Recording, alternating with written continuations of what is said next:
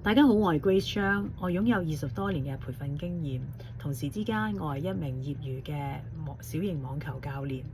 我觀察到特殊學習需要嘅學員咧越嚟越普遍，佢哋主要嘅情況係包括有專注力不足啦、情緒管理啦，同埋合作困難等等啦。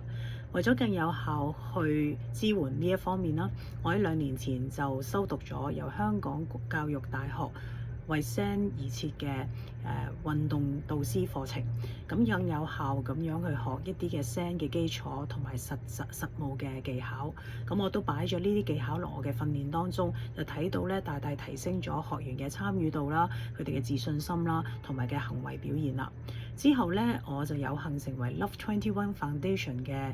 網球教練啦。我哋嘅對象咧，佢哋嘅會員係包括有 ASD 啊、ADHD 啊同埋唐氏綜合症嘅朋友。喺過去1年裏面啦，我就觀察到佢哋透過運動咧，係逐步咁樣改善咗佢哋嘅協調能力啦，同埋喺通過過程裏面咧，就增強佢哋嘅成就感同埋佢哋嘅信心啊！呢一段嘅經驗咧，都俾我好大嘅鼓舞喎。咁同時亦都肯定咗我專注喺 SEN 呢一個支援咧，就繼續發展我嘅職業啦方向。咁得悉咧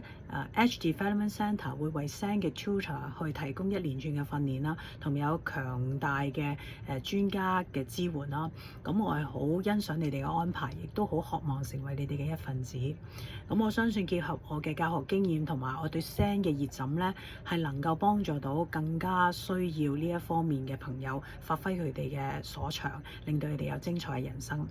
多謝你抽時間去觀賞我呢一個嘅申請，而我期待有進一步嘅交流機會。多謝。